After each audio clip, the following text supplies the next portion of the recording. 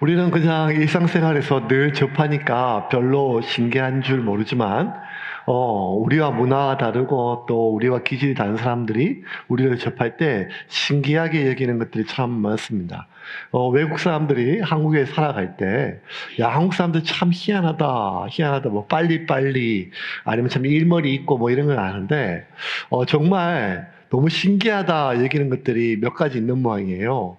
그래서 제가 조금 이렇게 조사를 해보니까 뭐 이렇게 아주 뭐 정확한 통계는 학문적인 건 아니고 그냥 외국 사람들이 주로 하는 말 중에 한국 사람들 진짜 신기하다, 진짜 특이하다, 이거 진짜 하는 것들. 네 번째가 뭔가 얘기하면 식사에 초대해가지고 삼겹살집에 고깃집에 가서 배 터지게 삼겹살에 고기 먹고 나서 식사는 뭐 할지 물어볼 때 이게 너무 자기들은. 그래서 보통 이제 외국 사람들은 에피타이저, 그다음에 본식, 그다음에 후식이 있는데 배 터지게 고기를 그렇게 먹어놓고 식사는 이제 뭐 할지 물어보고 배가 찼다 하면 아니라고, 냉면 먹을지 밥 먹을지 된장찌개인지 결정하라고 얘기하고, 그래서 식사를 뭐 할지를 물어본대요. 그래서 이게 이제 그 한국어로 이게 뭔지를 모르겠대요. 그렇게 배를 터지게 먹어놓고 식사를 뭐하게 먹었지. 이게 사위예요. 3위는 뭔가 하면, 그렇게 비싸게 소파를 사놓고, 소파 밑에 걸쳐 앉아가지고, 소파를 등받이로 사용하고 TV 볼 때.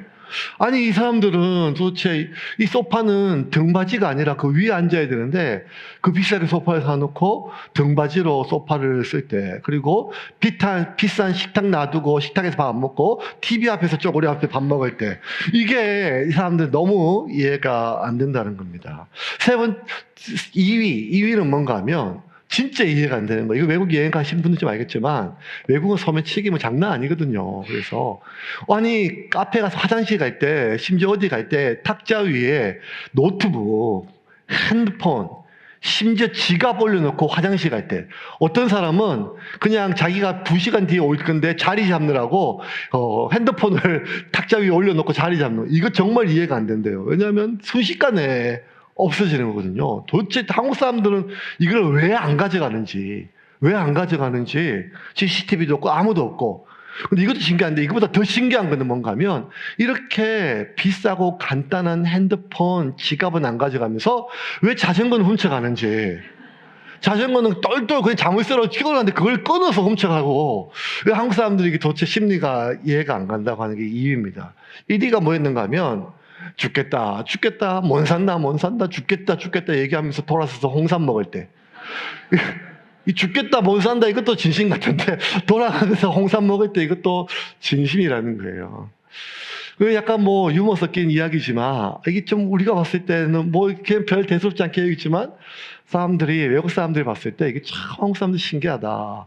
그러면서 이제 지금은 이제 한국 사람들이 많이 알려져서, 한국 사람들 하면, 한민족 하면, 이 아시안 중에서도, 동아시아 중에서도 참 이렇게 머리가 좋고, 또 일머리가 있고, 그리고 뭐 이렇게 경제 대국을 이룬 것도 있지만, 기본적으로 민족 자체에 대한 우수성에 대해서 사람들이 좀 인정을 많이 합니다. 그래서 한민족 그러면, 그 민족 자체의 우수성이 있는 모양이에요. 그래서 이렇게, 우리가 옛날부터 좀 이렇게 들었지만, 세계 기능 올림픽 이런 게 나가면, 어떤 기능에 대해서, 기술에 대해서 한국을 손재주로 따라올 수가 없고, 손재주 기능만 그런 게 아니라, 그래서 세계 수학 경시대회 이런 거 하면 한국이 꼭 1, 2등 하고, 애들도 그렇고. 그래서 이렇게 탁월한 뿐만 아니라 전반적으로 탁월한 소수의 엘리트들 뿐만 아니라 한국 사회가 전반적으로 탁월하다는 거예요. 예를 들어서 기본적으로 문자를 읽고 쓰고 생활하는데 조금 더 불편함이 없는 것, 그걸 문해력이라고 하거든요. 문해력. 그래서 그 나라의 어떤 지적 수적을 문해력으로 하는데, 후진국이나 또 개발도상국 같은 경우는 이런 게 어렵겠죠. 하지만 OECD, 세계 선진국들이 모아놓은 것 중에서도 한국은요, 문해력이 탁월해, 압도적이라는 거예요. 그 문해력의 반대료가 문맹률이거든요. 글씨를 읽지 못하고 자기가 이렇게 쓰지 못하는 것. 이거를 문맹률이라고 하는데, 문맹률이 한국이 2%밖에 안 된다는 거예요. 2%. 그러니까 98%가 문해력을 가지고 있는 민족은 전 세계 한국밖에 없고, 이렇게 지구 인류의 역사에 학자마다 다르겠지만 수천 년, 수만 년을 봤을 때 이런 민족이 없다는 거예요. 예를 들어서 세계 최대 강국 미국만 하더라도 OECD 속에서 미국만 하더라도 이 문맹률이 18%. 이거 국민의 80%밖에 읽지 고 쓸지를 못한다는 거예요. 이거 대단한 거죠. 그러면 기본적인 이 문해력만 98% 세계 1위가 아니라 더 압도적인 1위가 있는데 그게 뭔가 하면 24세부터 35세까지의 젊은이들 가운데 고등교육을 이수하는 사람들, 대학 학사 이상을 이수하는 사람들을 그러니까 이거를 이제 엘리트라고 하는데 그 고등교육 이수자, 24세부터 35세까지의 연령의 고등교육 이수자들이 대한민국은 70%예요. 그러면 이 고등교육이니까 대학이니까 후진국, 뭐 아프리카, 뭐 빈민국을 말할 것도 없고 OECD, 세계 최고의 엘리트들이 있는 OECD 평균이 이 고등교육 이수율의 평균이 뭔가 하면 48%래요. 그리고 한국의 70%는요, OECD 중에서도 2등과 3등에 비해서 압도적으로 높다는 거예요. 그래서 한국 민족은요, 기본적으로, 전체적으로도 그렇고, 저 사람들이 초고도로 아주 탁월한 민족이라는 거예요. 이거는 뭐 인류 역사가 지금 그렇죠. 근대화에 들어서 식민지의 지배를 받다가 이렇게 초고성장해서 선진국으로 된 유일한 민족이 한민족이고, 원조를 받는 국가에서 이제 원조를 고수는 국가로 바뀐 것도 유일하게 한민족이라는 것입니다. 그럼 왜 이렇게 한민족은 우수한가? 탁월한가? 여기에 대한 어떤 견해에 대해서는 사회학자들의 견해를 빌릴 수밖에 없어요. 대부분의 사회학자들이 한국 민족들이 왜 이렇게 탁월하고 우수한가라고 했을 때 그 이유를 역설적으로 한국 사회는 먹고 살기가 힘든 사회라서 그렇대요. 저 넓은 호주나 미국이나 자원이 많은 이런 나라 말고 한국은 이 좁고 좁은 땅덩어리 아래서 박 터지고 머리 아프고 싸워서 어릴 때부터 경쟁을 하지 않으면 살아남을 수 없는 구조라는 거예요. 그래서 초등학교를 들어가자마자 내가 어느 정도 위치인지, 내가 몇 등인지, 어떤 과목마다 전체적으로 내가 어느 정도의 인간인지를 매달, 매주, 매 학기마다 정확하게 수치로 여겨주는 나라가 한국밖에 없다는 거예요. 그래서 끊임없이 내가 지금 어느 정도인지, 그리고 내가 어디로 뒤처졌는지 이것들을 날마다 확인하면서 내가 얼마나 유능한가가 아니라 내가 얼마나 유능하지 못한지를 확인시켜주는 거예요. 그래서 70점 맞으면 엄마가 100점 못 맞았다고 뭐라 얘기하고, 어쩌다 100점 맞으면 100점 맞은 밖에 너밖에 없냐고 물어보고, 그러니까 친구도 그렇고 선생님도 그렇고 엄마도 그렇고 계속해서 확인시켜 주는 거예요. 그래서 열심히 해서 진짜 어느 정도 하면 잘해, 금방 뒤쳐질지 몰라, 정신 똑바로 차려야 돼, 뭐 이런 것들이요 계속 우리 속에서 긴장감을 가지고 있게 해요. 왜 그런가?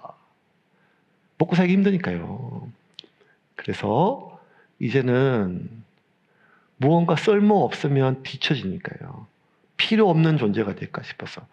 그래서 20살, 30살, 40살, 50살, 60살까지, 60살까지 그렇게 뼈 빠지게 일해가지고 가족들 키우고 자식들 공부시키고 직장가 보내도 60이 넘어도 내가 매달 수입이 없으면 마치 쓸모없는 존재가 된 것처럼 하루에 밥을 3끼 먹는 게 당연한데 삼식이라 이름 부르고, 이사 가면 마누라가 안 데려갈까 봐 냉장고 옆에 테이프 청청 붙이고, 뭐 이렇게 얘기하는 것이 우스갯소리처럼 보이지만 기본적으로 이 생존 자체가 너무 각박하기 때문에 유능해야 된다, 탁월해야 된다, 잘나야 된다, 잘해야 된다, 뭐든지 하면 잘해야 된다. 그래서 여러분, 이 대한민국은요 줄넘기 학원이 있대요. 줄넘기 학원이. 그리고 놀랐는데요, 서울에 가니까요, 서울에 있는 어떤 교회 그 주변에는요 큐티 학원이 있대요. 고액가외로 신학생들이 그렇게 한다고 합니다. 큐티 학원은. 그러니까 뭐든지 하면 그것이 신앙이든 체육이든 학교 공부든 심지어 얼굴까지도 그러니까 한국인은 탁월하다는 거예요. 이게 좀 서글픈 얘기처럼 보이지만 또 한국이 고도의 성장을 이룩하면서 살아남을 수밖에 없었던 이유이기도 하겠죠. 그러면 여러분 반대로 가면 이 사회 속에서 우리가 내가 좀 잘한다 생각하면 행복감을 느껴요. 내가 잘할 뿐만 남들이 참 유능하다 이러면 행복감을 느껴요. 저도 마찬가지죠. 저도 마찬가지예요. 세움교회 새가족들이 계속 오거든요. 오면 이제 뭐 지금 오면 기본적으로 설교 20개, 30개 다 듣고 오세요. 듣고 오셨기 때문에. 그래서 교회 어떻게 왔어요? 그러면 이렇게 뭐 설교 검색해서 왔다고 하고 목사님 말씀 때문에 왔다고 하면 저도 막 기분이 좋죠. 기분이 좋고. 오늘도 일부 예배 때 어떤 가정이 이제 오셔가지고 얘기했는데, 예, 뒤에 앉으니까 설교 좀 잘 안 들리는데 좀 웅웅거리고 그러니까. 그래가지고. 그래서 아니 영상으로 들었을 때 설교가 또박또박 들렸는데 이렇게 직접 들으니까 혀가 좀 짧아진 것 같다고. 그래도 새 가족이니까 제가 친절하게 제 혀가 짧아서 죄송합니다 이렇게 얘기하면서 얘기를 했어요. 근데 그럼에도 불구하고 그분이 처음 봤는데 그런 말 쉽지 않잖아요. 발음이 뭐 이렇게 하는 것들. 그런데도 말씀이 좋아서 왔습니다 하니까 제가 기분이 좋더라고요. 행복해요. 좋더라고요. 누군가로부터 내가 잘한다 뭐 이런 인정을 받으면 행복하고 좋은 것 아니겠어요? 근데 그게 사람이 아니고요. 만약에 하나님이 야, 너 참 믿음이 좋다 이런 게 아니라 너 참 잘한다, 똑똑하다, 그 일에 네가 진짜 탁월하다 이렇게 얘기하는 건 많이 못 들어본 것처럼 여겨져요. 예를 들어서 다윗 그러면 이스라엘 최고의 왕이었지만 그가 잘 싸웠지만 하나님께서 봤을 때 내 마음에 합하다, 그 마음이 깨끗하다. 모세 같은 경우도 이집트 최고의 엘리트 교육을 받았고 탁월한 사람이었지만 그가 이스라엘 히브리 백성 중에 누구보다도 가장 온유한 사람이다. 그러니까 믿음이 좋다, 온유하다, 거룩하다, 정결하다 뭐 이런 건 있었지만 그 참 똑똑하다. 솔로몬 말고 탁월하다, 유능하다 이런 말씀은 잘 안 보이긴 못하지만 오늘 본문에 보면 정말 탁월함에 대해서 하나님께서 유일하게 한 민족이나 한 족속, 레위인 어떤 그런 직책이 아니라 구체적으로 사람의 이름을 딱 불러가지고 탁월함에 대해서 얘기하는 것이 두 사람이 나와요. 그게 누군가 하면 브살렐과 오홀리압이에요. 야베스의 기도 때문에 우리 야베스 이름 알잖아요. 야베스는 잘 모르지만 야베스에 대해서 어쨌든 내 지경을 넓히라는 것처럼 탁월함에 대한 대명사는 이 브살렐과 오홀리압이에요. 30절, 34절 같이 읽겠습니다. 모세가 이스라엘 자손에게 이르되 볼지어다 여호와께서 유다 지파 홀의 손자요 우리의 아들인 브살레를 지명하여 부르시고 또 그와 단 지파 아히사막의 아들 오홀리압을 감동시키사 가르치게 하시며. 그러니까 목사라서 그런 게 아니라 그냥 설교를 준비하는 사람으로서 성경을 계속 아주 세분해서 보다 보면 깜짝깜짝 놀랄 때가 있는데 성경에서 말하는 분명히 이건 지금 3,500년 전에 지었음에도 불구하고 그 시대를 뛰어넘는 현대에 있는 많은 개념들이 그대로 있는 것을 봤을 때 깜짝깜짝 놀래요. 단순히 지혜가 있다, 똑똑하다, 탁월하다 이런 게 아니라 각각 그 기능적으로 명확하게 현대 과학에서나 심리학에서나 아니면 경영학에서 쓰는 탁월함에 대한 개념들이 그대로 있는 걸 봐요. 이 브살렐과 오홀리압, 우리 이름 잘 모르지만 오늘부터 여러분 머릿속에 좀 남을 것 같아요. 이 브살렐과 오홀리압, 크게 봤을 때 브살렐은 유다 지파이고 오홀리압은 단 지파예요. 그 유다 지파는 굉장히 나중에 보면 예수님의 탄생 가문이고 유명한 유다 지파하면 이스라엘 대표예요. 굉장히 좋은 가문이에요. 뭐 김해 김씨 이런 것처럼 뭐 전주희 씨 이런 것처럼 유다는. 그래서 여러분 히브리인들을 우리가 유대인이라 부르잖아요. 왜 유대인이라 부르는가 하면 유다 지파 때문에 그래요. 유다 지파.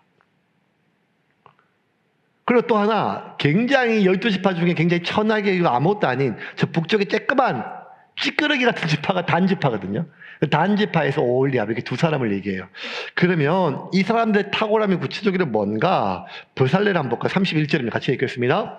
그에게 하나님의 영을 가득하게 하시고 지혜와 총명과 지식과 온갖 기술을 갖추게 하셨습니다. 구체적으로 지혜, 탁월함에 대해서 총명, 지식, 온갖 기술. 지혜, 총명, 지식은 지성과 인지와 관련된 것인데 구체적으로 나눴어요. 지혜, 총명, 지식, 그리고 온갖 기술. 이게 탁월함이에요. 그럼 브살렐은 어떤 영역에 탁월했는가 하면 그 영역에 대해서 구체적으로 나와요. 32절, 33절 같이 읽겠습니다. 금과 은과 노수로 제작하는 기술을 고안하게 하시며 보석을 깎아 물리며 나무를 새기는 여러 가지 정교한 일을 하게 하셨고 금과 은과 노수로 제작하는 기술을 고안하게 하시며, 그러니까 주로 금속, 금, 은, 놋, 금속을 주물로 만드는 것, 이거 굉장히 중요한 기술이었거든요. 또 하나 보석 세공과 나무 조각, 이 영역에 있어서 온갖 기술을 가지고 있었어요. 이게 브살렐이에요. 그러면 이 단지파에 이 오홀리압은 어떤 영역에서 어떤 기술을 가지고 있었을까요? 한번 볼까요? 그 다음 구절입니다. 34절. 또한 주님께서는 그와 단지파 사람 아히사막의 아들 오홀리압에게는 남을 가르치는 능력도 주셨습니다. 여러분 보세요. 이 브살렐은 실제로 자기가 가지고 있는 기술이 탁월했고, 오홀리압은 자기가 가지고 있는 기술뿐만 아니라 가르치는 은사가 있다는 거예요. 가르치는, 공유하는. 그런데 여기 조금 왜 이렇게 두 사람이 바뀌지 않았는가? 왜냐하면 누굴 가르치려면요, 그 사람이 가르치는 대상이 인정을 받아야 되거든요. 그러면 아무래도 유다 지파가 가르치는 게 맞아요. 우리가 세종대왕 때 장영실이 굉장히 높은 기술을 가지고 있었지만, 자기가 뭘 만들 수는 있었지만 누구를 가르치지는 못했어요. 왜냐하면 천한 천민에게 양반이 배울 수는 없었으니까요. 그런데 이 가장 초라한 단지파의 오홀리압이 뭘 가는가 하면 가르치는 일에 능했다는 거예요. 어떤 영역을 잘 가르치셨는가 하면 35절 같이 읽겠습니다. 주님께서는 그들에게 기술을 넘치도록 주시어 온갖 조각하는 일과 도안하는 일을 할 수 있게 하시고 청색실과 자주색실과 홍색실과 가는 모시실로 술을 놓아 짜는 일과 같은 모든 일을 할 수 있게 하시고 여러 가지를 고안하게 하셨습니다. 주로 어떤 걸 하는가 하면 조각도 하고 세공도 했지만, 더 중요한 것은 브살렐은 금속과 나무 돌이었지만 이 오홀리압은 직조와 관련된 것들, 또 하나 가르치는 건데, 위에 보면 이 온갖 조하는 일과 도안하는 일, 계획하는 일, 밑에 보면 여러 가지를 고안하는 일, 기획하고 고안하는 일, 이런 일을 훨씬 더 오홀리압이 탁월했다는 거예요. 여러분, 우리가 뭐든지 잘해야 살아남을 수 있어요. 애석하게도 여러분, 교회도 그래요. 교회가 생존이란 말이 어쩌면 가장 부합하지 않는 거죠. 교회는 소명으로 세워지는 것이니까요. 그런데 우리가 무연중에 인식하고 있거든요. 가장 자본주의적인 게 교회 있지 않냐?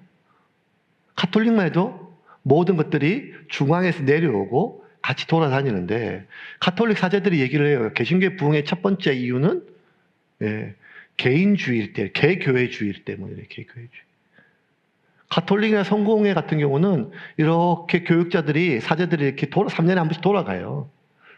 그런데 이 개신교는 개척했든지 부임했으면 계속 가니까, 개교회주의가 어쩌면 교회 통합을 막지만 어쩌면 가장 번성할 수 있는 인간의 욕망. 그래서 자본주의가 사회주의보다 훨씬 더 체계적인 게 아니라 번영할 수 있는 것처럼 여겨지잖아요. 그래서 교회도 생존을 위해서 작은 교회, 큰 교회 뭐든지 간에 어떻게 그렇게 개작 탁월해야 되고 잘해야 되고, 교육부서도 좋아야 되고, 교육도 좋아야 되고, 훈련도 좋아야 되고, 설교도 괜찮고, 찬양 뭐 이런 것들, 많은 것들에 대해서. 그래서 여러분, 교회 문화가 굉장히 좀 앞서 있어요. 지금 코로나 이후로 유튜브 하지만요, 여러분 아시잖아요. 교회는요, 이미 코로나 이전 한참 전부터 이 설교를 방송했어요. 방송하고 이런 영상 멀티미디어. 이게 얼마나 웃긴가 하면요, 새우교회 처음 개척할 때 아무것도 없었잖아요. 진짜 예배장도 없었고 아무것도 없었는데도 불구하고 꼴랑 누가 좀 헌금해 주셔가지고, 청년 중에 한 명이 시집갈 자매가 우리 교회랑 같이 하진 않았지만 좀 큰 금액을 1,000만 원을 헌금을 하셨어요. 그래서 그것 때문에 그 1,000만 원이 가지고 있는 유일한 돈이었거든요. 근데 그걸로 뭘 샀는가 하면요, 여러분, 한 300 주고 저 뒤에 있는 카메라 샀어요. 150 주고 이 액정 샀어요. 그리고 나머지는 저 지금 뒤로 갔지만 저 앰프 샀어요. 그 1,000만 원 다 줬어요. 그럼 여러분, 꼴랑 한 10명 앉아 있는데 앰퍼가 뭐 필요하고 이게 뭐가 필요해요? 카메라가 뭐 필요해요? 그런데 그 10년 전에요. 돈을 다 뭐에 쓰는가 하면 영상을 출력하고 내 번호를 썼어요. 제가 성견지명이 있습니다. 자랑하려는 게 아니라 하다 보니까 다 제 자랑이네, 진짜. 내 자랑인데 그게 핵심이 아니라 어쩌면 교회가 굉장히 탁월함을 추구해요. 그리고 제가 부교육자로 있었던 교회 안에서 제가 지금까지 성장했던 모든 과정들은 하면 잘해야 돼요. 부서를 맡으면 부응해야 되고, 교사들 관리 잘해야 되고, 강의를 잘해야 되고, 설교를 잘해야 되고, 그래서 막 그냥 몸이 부서져라 자기를 넣어야 되고, 그렇게 몸이 부서지더라도 잘하면 결국 나중에 그게 내 몸에 배워서 쓰임받고, 뭐 이런 것들이 이미 그게 회사든지, 직장이든지 사업이든지 심지어 교회든지 교회 사역이든지 뭐든지 간에 맡으면 내 반이 부응해야 되고 순장이 되면 잘 순 모임을 나눠야 되고 또 매주마다 토요일마다 순 보고해야 되는데 우리 순은 또 출석이 안 좋으면 괜히 막 손이 오그라들고 보고를 어떻게 해야 되지 막 이렇게 하고 이런 것들이 뭐든지 보면 우리가 잘해야 된다고 하는 강박관념이 있어요. 그러면 하나님께서 우리에게 주셨을 때, 야, 잘하는 게 중요한 게 아니라 열심히 하는 게 중요한 거야. 맡은 자에게 구할 것은 충성이야. 뭐 이렇게 했지만, 여러분, 충성이요. 결과로밖에 보여지지 않는 거 아니겠어요? 결과로. 우리가 그렇게 서로 요구하니까요. 그러면 하나님께서 우리에게 요구하시는 탁월함의 본질은 뭘까요? 진짜 중요한 재능들이 많이 있어요. 능력들이 많이 있어요. 하나님께서 말씀하시는 것들. 그런데 그 탁월한 수많은 인지 능력, 지성, 감성 뭐 이런 것들 다 하나님께서 우리에게 얘기를 하세요. 일반적으로 우리가 참 유능하다, 일반적으로 유능하다고 얘기를 하면 연세대 김주환 교수 같은 말에 따르면 구체적으로 IQ, 뭐 EQ 이런 걸 넘어서 아주 세분화되어 있어요. 지금은요. 그 개인의 능력에 탁월함에 대해서. 인간의 개인의 탁월함은 그 마음 근력 이런 것들이 마음에서 그 마음의 근육이 있대요. 그 근육의 조합들이 그 사람의 탁월함을 얻는 거예요. 대표적인 게 뭔가 하면 자기 조절력, 두 번째 대인 관계력, 세 번째 자기 동기력이라는 거예요. 자기 조절력은 무엇인가 하면 자기가 끊임없이 자기를 조절해야 돼요. 열정이 조절, 모든 조절. 그게 뭔가 하면 업무적 끈기, 그 다음에 업무를 지속하는 능력, 집중력뿐만 아니라 자기의 감정을 조절하고 감정 조절, 그 다음에 충동 조절력, 이 자기 조절력이 굉장히 중요하다. 또 하나는 나와 타인과의 관계력, 대인 관계력이 중요하다는 거예요. 대인 관계력에서 중요한 것은 이 타인에 대한 정보 처리라는 거예요. 저 사람의 의도가 뭔지, 저 사람의 감정이 뭔지, 그것만, 요런 윗사람의 눈치만 잘 봐도 우리가 성공하잖아요. 그러니까 대인 관계에서 중요한 게 뭔가 하면 이 타인 정보 처리 능력이라는 거예요. 타인에 대한 감정과 의도를 파악하는 것. 그런데 좀 더 나가서 이 대인 관계력의 핵심은 타인 정보 처리보다 자기 정보 처리력이 더 중요하다는 거예요. 무슨 말인가 하면 이 사람이 이렇게 얘기했을 때 저 사람의 감정과 의도도 중요하지만 이럴 때 나의 감정은 어떠한지, 나의 마음은 어떠한지, 우리가 보통 누군가가 불편하고 직장 상사가 어려울 때 그 사람이 내가 했던 말 이런 것들 때문에 이거 많이 어려운데 가만히 보면 그 순간에 나의 표정, 나의 감정 이런 것들이 나는 아무렇지도 않아 했지만 나의 말이나 네 알겠습니다 했지만 그 표정과 그 말의 뉘앙스에 나의 쎄함이 다 전달된다는 거예요. 저 이거 몰랐어요. 제가 부교육자로 있을 때 진짜 담임 목사 눈치를 잘 봤거든요. 그래서 지금 막 그냥 어쨌든 이쁨을 많이 받았고 스트레스 많이 받았지만 아유 왜 이렇게 진짜 담임 목사님이라 부르지도 않고 맨날 진짜 이렇게 입에 담으면 안 되지만 담탱이 이러고 불렀어요 제가. 그랬었는데 나중에 알고 보니까 제가 힘들었던 게 그 담임 목사님의 어떤 감정 이런 게 아니라 제가 제 마음을 몰랐던 거더라고요. 제가 몰랐더라고요. 그래서 이제는 대인 관계할 때 많은 오해는 나에 대한 그 사람의 말, 단어, 눈빛, 목소리, 톤 이런 것 때문에 어려운 것처럼 여겨지지만 그게 아니라 그에 대해서 그런 것들 내가 접할 때 자기 이해력, 자기 정보 처리 능력이 떨어지는 거예요. 내가 지금 모멸감을 느끼는구나, 내가 지금 두렵구나, 내가 지금 피하고 싶구나 뭐 이런 것들. 그래서 자기에 대한 이해가 떨어지기 때문에 대인관계력에서 결격한 문제가 생긴다는 거예요. 그래서 자기 감정이 어떻고 자기 생각이 어떻고 자기에 대한 이해, 자기 정보 처리가 뭐 지금 한참 유행하고 있는 메타인지라고 하는 거거든요. 세 번째가 타인이 아니라 이제 자기가 하고 있는 일과의 관계예요. 그 자기 동기력인데 제일 중요한 게 뭔가 이해해야 돼요, 상황을. 두 번째가 예측해야 돼요. 예측해야 판단할 수 있으니까. 이해, 예측, 판단. 그리고 문제 해결 능력. 이것들이 자기 동기력이라는 거예요. 그래서 이 자기 조절력과 대인 관계력이 합쳐지면 이게 회복 탄력성이 되는 거예요. 회복 탄력성. 문제가 있을 때, 어려웠을 때 다시 일어날 수 있는 것. 그 다음에 자기 조절력과 이 자기 동기력이 합쳐지면 열정과 끈기, 그릿이라고 하는 이런 앤젤라 드 고스고 박사가 얘기했던 뭐 우리가 성공한 사람들의 중요한 것, 열정과 끈기인데 그것이 자기 동기력과 자기 조절력이 합쳐진 것. 그러면 세상을 아주 명확하게 탁월함이라고 하는 건 단순히 머리 좋고 IQ, EQ 이런 걸 넘어가지고 기본적으로 자기 조절력이 굉장히 기본적인 것. 두 번째, 자기 조절력과 함께 대인관계력, 업무관계력 이 두 가지인데 이걸 보면 그 사람의 탁월함은 그 사람이 타고난 능력, 두 번째는 그 사람의 노력이라는 거예요. 노력. 이 두 가지가 그 사람의 탁월함을 만든다는 거예요. 그러면 이것이 오늘날 뭐 이렇게 경영학이나 MBA 과정이나 이런 것들은 이미 상식화되어 있어요. 그래서 개인적으로 사업을 하든 뭘 하든지 간에 이건 굉장히 기본적이라고 얘기하는데 이런 탁월함에 대해서 하나님께서 어허! 무슨 소리야? 기도해야지, 기도. 그럼 잔머리 쓰는 것들은 다 육적인 것이고 세속적인 것이고 하나님의 지혜를 구해야지. 하나님께 영을 부어주셔야지. 다니엘과 같이 요셉과 같이 형통해야지. 이렇게 단순화하지 않는다는 거예요. 성경은 명확하게 우리가 하나님의 자녀로서 이 세상을 살아갈 때 비둘기처럼 순결하고 뱀처럼 지혜로워야 되는데 그 지혜로움에 탁월함이 있다는 거예요. 그 탁월함이 뭔가 하면 방금 얘기했던 자기 동기력, 자기 조절력, 대인관계력 다 분명히 하나님을 인정해요. 그런데 여기서 끝나지 않고 이것들의 가장 근본적인 모태가 있다는 거예요. 그게 뭔가 하면 하나님의 지혜라고 하는 거예요. 35장 31절과 35절 같이 읽겠습니다.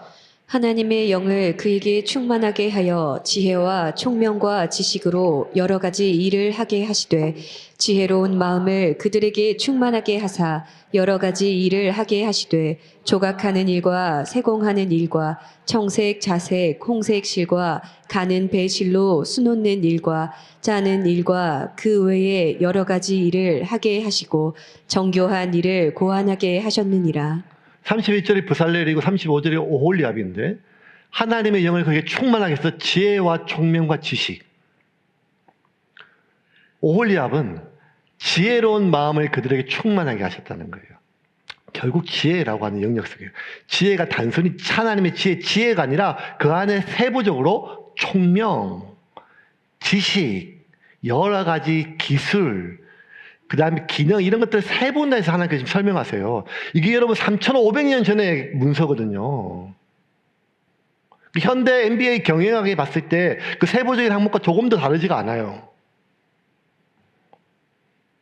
36장 1절 한번 보겠습니다. 같이 읽겠습니다. 브살렐과 오홀리압과 및 마음이 지혜로운 사람 곧 여호와께서 지혜와 총명을 부으사 성소에 쓸 모든 일을 할 줄 알게 하신 자들은 모두 여호와께서 명령하신 대로 할 것이니라. 자, 브살렐과 오홀리압과 마음이 지혜로운 사람 하나님께서 지혜와 총명 부으사. 요약하면 이런 거예요. 우리가 생각할 때 유능함, 그러면 똑똑한 것, 의지, 일머리, 그래서 대인관계력, 그다음에 자기 조절력 뭐 이런 것들 다 전부 다 뭐와 관련된가 하면 인지력과 관련돼 있어요. 인지력과. 그래서 지성, 감성, 의지, 노력 이런 것들은 육적인 거예요. 영혼은 기능은 다른 거잖아요. 근데 우리가 일반적으로 생각할 때 똑똑하다, 참 저 사람 잘한다 이렇게 얘기했을 때 이거는요 영적인 것이 아니라 굉장히 지성적인 것, 감성적인 것, 의지적 영역 이렇게 봤는데 그게 아니라는 거예요. 왜냐하면 인간을 창조하신 게 하나님이잖아요.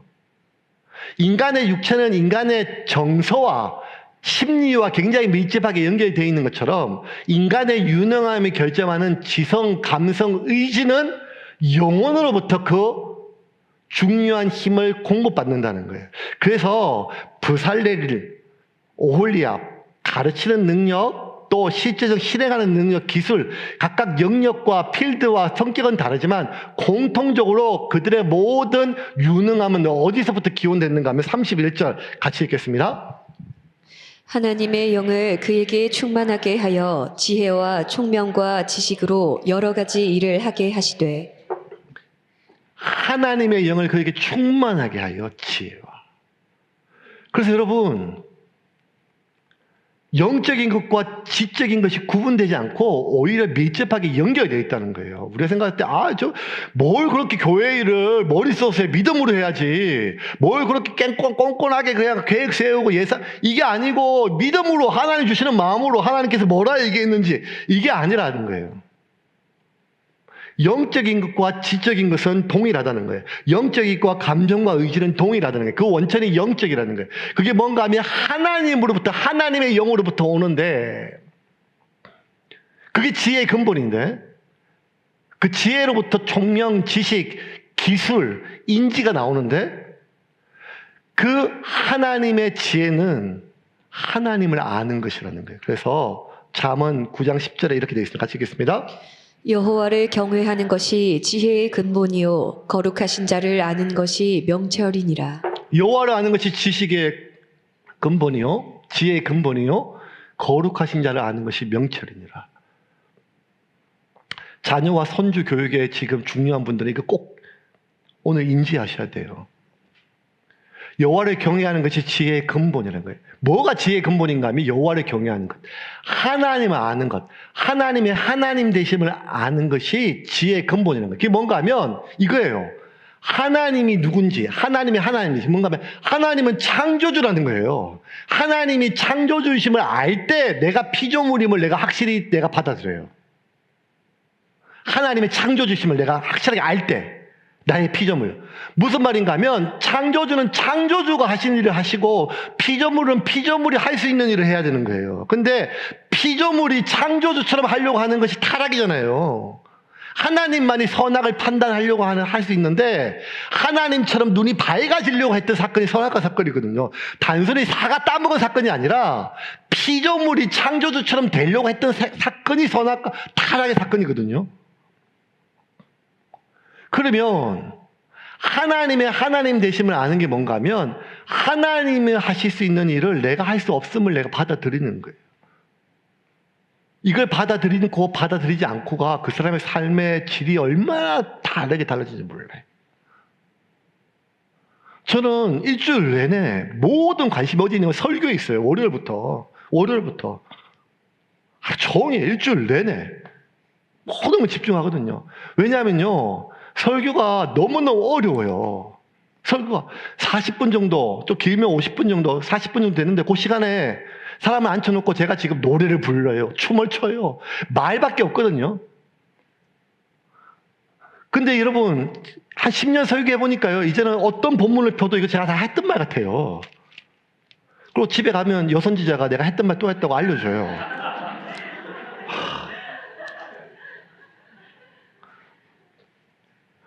군사 정권도 아닌데 집에 자체 검열이 있어요.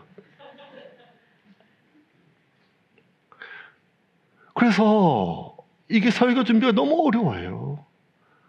박찬욱 같은 감독도 책 천재도 4년 5년 묵어야 겨우 시나리오 한 편 나와가지고 영화 1시간 반짜리 만들거든요.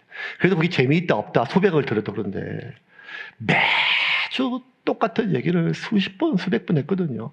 수요일하고 주일 합치면 벌써 10년이니까요. 얼마나 많이 했는지 몰라요. 그리고 사적으로 얼마나 많이. 그러니까 설교를 준비할 때 벌써 이 컨텐츠 자체가 벌써 제 안에 자체가 없네. 이것도 재미가 없을 것 같고 이것도 뭐하고. 설교의 모든 중심은 하나님 메시지 전하는 건데 그럼에도 불구하고 제가 부정할 수 없는 건 뭔가 하면 이 설교를 통해서 교인들이 감동을 받고 은혜를 받아야 살 수 있으니까요.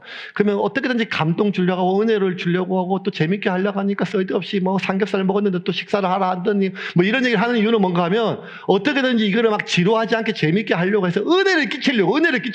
근데 은혜를 끼치려고 하는 설교 준비하는 과정이 너무 힘들다는 거예요. 왜냐하면 이게 벌써 제 안에 재미가 없어요. 식상한 거예요. 이미 제가 들었던 얘기고 했던 얘기고 반복되는 얘기고 2000년 동안 설교했으니까 안 했던 설교가 어디 있겠어요? 누군가 다 했겠죠. 그러니까 설교가 너무 고역이고 노역이고 힘들어요. 왜? 하나님이 하려고 하는 걸 내가 하는 것. 감동은 하나님이 주시는 거잖아요. 은혜는 하나님이 주시는 거잖아요. 그렇게 믿고 그렇게 가르쳐 주지만 나도 모르게 하나님이 할 일을 내가 하려고 하니까 이게 너무 힘들고 무거운 짐이 되고 막 어려운 거예요. 우리 인생이 그래요. 우리가 할 수 있는 게 있어요. 우리가 해야 될 거 있어요. 애쓰고 수고하고 머리 쓰고 감성, 지성, 의지, 노력 다 해서 준비해야겠죠. 하지만 결과는 하나님이 결정하는 거죠. 내일은 모르잖아요. 우리가 할 것은 최선을 다하지만 결과는 하나님께 맡겨야 되는데 우리가 그 결과를 어떻게 내가 원하는 대로 하려고 하니까 밤새도록 잠을 못 자서 머리가 이렇게 할까 저렇게 할까 되는 거예요. 왜? 창조주가 하나님이라는 거예요. 섭리가 하나님의 뜻대로 결국 하나님의 뜻이 아버지의 뜻이 하늘에서 이루어진 것처럼 땅에서 이루어지는 거거든요. 그러면 창조주 하나님이 하나님 대신 나는 피조물이에요. 뭘 하는가 하면 단지 하나님과 세상을 연결할 뿐이라는 거예요. 자식도 마찬가지예요. 불철주야 걱정이 되죠. 소중하니까요. 그게 나쁘다는 게 아니에요. 하지만 결과는 우리가 어떻게 할 수가 없어요. 하나님께 던지는 거예요. 모세처럼 나일강에 던지듯이. 그 일을, 그 프로젝트를, 지금 그 사업을, 내 인생을, 내일을 우리는 계획할 수는 있지만 결과를 좌우하지는 못해요. 그걸 하나님께 던지는 거죠. 던지지 못하면 지금이 1억이 있으면 노후가 안심이 되겠어요? 10억이 있으면 안심이 되겠어요?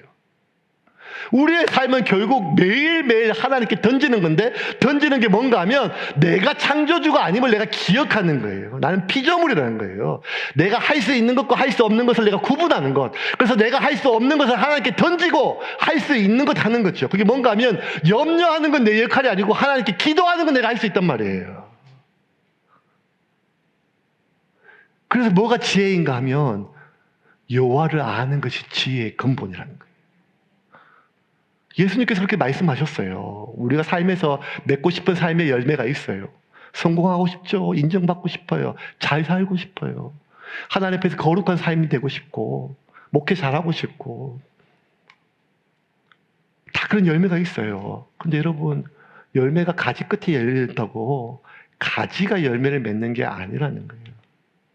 그 열매는 뿌리와 줄기로 만들어진 나무가 열매를 맺는 것이지 가지 끝에 달려있다고 가지가 열매를 맺는 게 아니라는 거예요. 그래서 예수님께서 나는 포도나무 너는 가지니 너희가 내 안에 붙어있지 않고는 아무것도 할 수 없다고 그러셨어요. 요한복음 5장 말씀 같이 읽겠습니다. 우리 다 아는 말씀입니다. 같이 읽겠습니다. 내 안에 거하라 나도 너희 안에 거하리라. 가지가 포도나무에 붙어있지 아니하면 스스로 열매를 맺을 수 없음 같이 너희도 내 안에 있지 아니하면 그러하리라. 나는 포도나무요 너희는 가지라. 그가 내 안에 내가 그 안에 거하면 사람이 열매를 많이 맺나니 나를 떠나서는 너희가 아무것도 할 수 없음이라. 나를 떠나면 너희가 아무것도 할 수 없다는 거예요. 이걸 아는 것이 지혜라는 거예요. 뭐가 지혜인가 하면 인간은 원래 만들어질 때 그 영혼이요. 영혼이 하나님을 지향하고 하나님을 의지하게 만들어야 된다. 세가지 교육 4주 내내 반복하는 게 이거예요. 교회를 처음 오고 예수를 처음 만난 사람 제일 먼저 가르치는 뭔가 하면 인간은 하나님을 의지하고 하나님을 지향해 해바라기가 해를 바라봐야 살 수 있는 것처럼 인간은 하나님을 바라보고 하나님을 의지하고 하나님을 지향해 살 수 있다는 거예요. 하나님의 사람이 하나님을 떠나서는 아무것도 할 수 없다는 것. 너희가 나를 떠나서는 아무것도 할 수 없다는 것을. 그럼 우리가 할 수 있는 유일한 건 뭔가 하면 포도나무에 붙어있는 걸 할 수 있다는 거예요. 나의 안에 거하라. 나의 안에 거하라. 나의 안에 거하라. 나의 안에 거한다는 게 뭔가 하면 하나님께 던지는 거예요. 던지는 것. 던지는 것. 그러면 열매가 맺힌다는 거예요. 저절로. 나의 탁월함 때문에 나의 노력 때문에 나의 지성과 감성과 의지 때문에 그게 관계없다는 게 아니라 그것은 가지일 뿐이라는 거예요. 그것을 통해서 내가 해야 될 것을 다 하면 하나님이 하실 일을 하는데 열매는 나의 일이 아니라 하나님의 일이라는 거예요. 그 결과는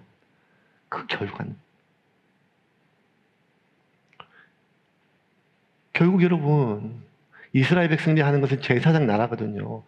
하나님께서 성막을 지금 세우라고 하는 것은 생명 그 자체이신 하나님과 인간을 연결시켜주는 일이거든요. 생명 대신 그 하나님과 인간을 연결해주시는 이 귀한 성막을요 만들 때 그 탁월한 브살렐과 오홀리압의 탁월함을 하나님 사용하시는데 브살렐과 오홀리압뿐만 아니라 오홀리압으로부터 배웠던 많은 사람들의 탁월함을 가지고 어떻게 이 성막을 만드는가. 36장 2절 3절 같이 읽겠습니다. 모세가 브살렐과 오홀리압과 및 마음이 지혜로운 사람 곧 그 마음에 여호와께로부터 지혜를 얻고 와서 그 일을 하려고 마음에 원하는 모든 자를 부르매 그들이 이스라엘 자손의 성소에 모든 것을 만들기 위하여 가져온 예물을 모세에게서 받으니라. 그러나 백성이 아침마다 자원하는 예물을 연하여 가져왔으므로 하나님은 탁월한 사람을 통해서 일하시거든요. 근데 그 탁월함의 본질이 무엇인가 하면 총명, 지혜, 명철, 자기 동기력, 자기 지재력, 대인 관계력, 업무 해결력 다 있어요. 그런데 다시 한번 볼까요? 방금 구절. 모세가 브살렐과 오홀리압과 및 마음이 지혜로운 사람 곧 마음에 어떤 사람인가 하면 여호와께로부터 지혜를 얻고 와서 그 일을 하려고 마음에 원하는 자들. 여호와께로부터 지혜를 얻고 와서 매일의 삶마다 오늘의 삶마다 하나님 내가 오늘도 하나님 내 생각과 내 감성과 내 의지를 다스려 주시옵소서. 그렇게 하나님의 통로가 되려고 했을 때 열매가 맺혀요. 되돌아보면 그래요. 지난 10년 동안 가장 은혜로운 설교는 기가 막히게 준비해가지고 엄청 재밌고 감동 빵빵 터지고 웃고 했던 것들 그때 웃었던 기억만 나지 제목도 기억이 안 나요. 제목이라도 우리가 길어요. 2글자 아니면 3글자잖아요. 그래도 그게 생각이 안 난다니까. 근데 결국 나를 변화시키는 건 뭔가 하면 오늘 이 새벽에도 하나님께 나와서 기도하면서 하나님 도와주십시오. 그 하나님께부터 지혜를 얻고 와서 그 일을 하려고 마음먹은 사람을 통해서 하나님은 탁월함이 드러나게 하신다는 거예요. 그러면 그 탁월함에 유일하게 방해가 되는 것은 게으름도 있겠죠. 우리의 연약함도 있겠죠.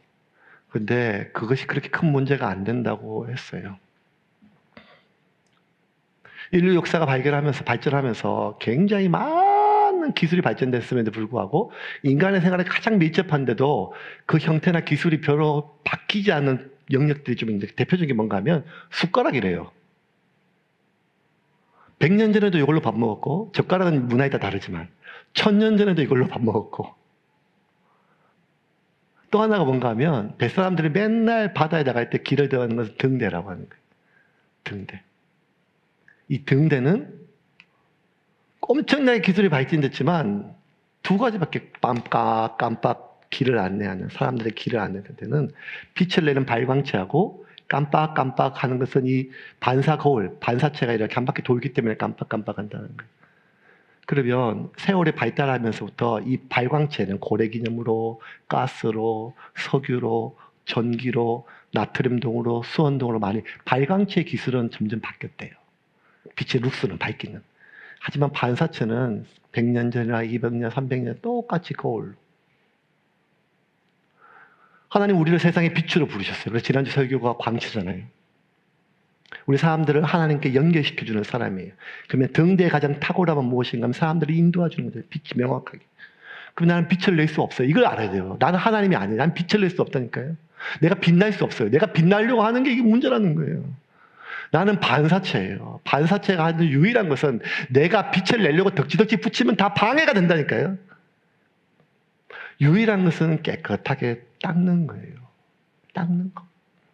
그래서 바울이 디모데에게 이렇게 편지를 썼습니다. 말씀 읽고 말씀 정리하겠습니다. 같이 읽겠습니다. 큰 집에는 큰 금그릇과 은그릇뿐 아니라 나무그릇과 질그릇도 있어 귀하게 쓰는 것도 있고 천하게 쓰는 것도 있나니 그러므로 누구든지 이런 것에서 자기를 깨끗하게 하면 귀히 쓰는 그릇이 되어 거룩하고 주인의 쓰심에 합당하며 모든 선한 일에 준비함이 되리라. 귀한 그릇, 금그릇, 은그릇, 나무그릇 각각 주어진 은사가 다 달라요. 재능이 달라요. 근데 귀하게 쓰는 것, 천하게 쓰는 것, 우리가 아는 것처럼 귀하게 쓰고 천하게 쓰는 것은 금과 은, 질감의 차이가 아니라 하나밖에 없어요. 깨끗하게. 우리는 그릇의 내용이 아니니까요. 내용물이. 그건 하나님이니까요. 우린 그릇이니까요. 우린 발광체가 아니라 반사체니까요. 내가 할 수 없는 것을 하는 것 같아요. 아무리 내가 높아지려고 내가 인정받을 그건 내가 할 수 있는 게 그거는 그냥 우리가 할 수 있는 건 유일하게 하나님께 연결되는 거예요. 그러면 도대체 뭐가 능력인가? 뭐가 탁월함인가? 거룩이 탁월함입니다. 거룩이 탁월함입니다. 깨끗함이 탁월함. 근데 이 거룩은 나의 결심으로 되어지는 게 아니라 나를 끊임없이 뭘 묻히고 여러 가지 마음으로, 생각으로, 다툼으로, 갈등으로 나를 묻히는 사람들도 나를 거룩을, 이 깨끗함을 더럽히지만 나 역시 나 자신을 자꾸 묻히거든요. 인정받고 싶고 나를 증명하고 싶고. 그래서 유일하게 내가 거룩한 그릇이 되기 위해서는 혼자 결심을 되지 않고 서로 닦아줄 때요. 서로의 마음을. 그래서 디모데는 목회자인데도 불구하고 바울이 귀 쓰는 그릇, 깨끗한 그릇, 거룩한 그릇이라 얘기하고 그 다음 구절에 이렇게 적었어요. 제가 읽을게요. 또한 너는 청년의 정령을 피하고 주를 깨끗한 마음으로 부르는 자들과 함께 의와 믿음과 사랑과 화평을 따르라. 이게 교회가 할 일입니다. 이게 공동체가 할 일입니다. 이것이 순위 할 일입니다. 세원교회는 사람들이 그리스도를 통해서 예수를 통해서 내가 누군지를 깨닫고 깨달은 자신으로 온전히 살아가기 위하여 서로 돕는 공동체인데 결국 우리가 순을 통하여 공동체를 통하여 서로의 마음을 닦아주는 거예요. 삶을 닦아주는 거예요.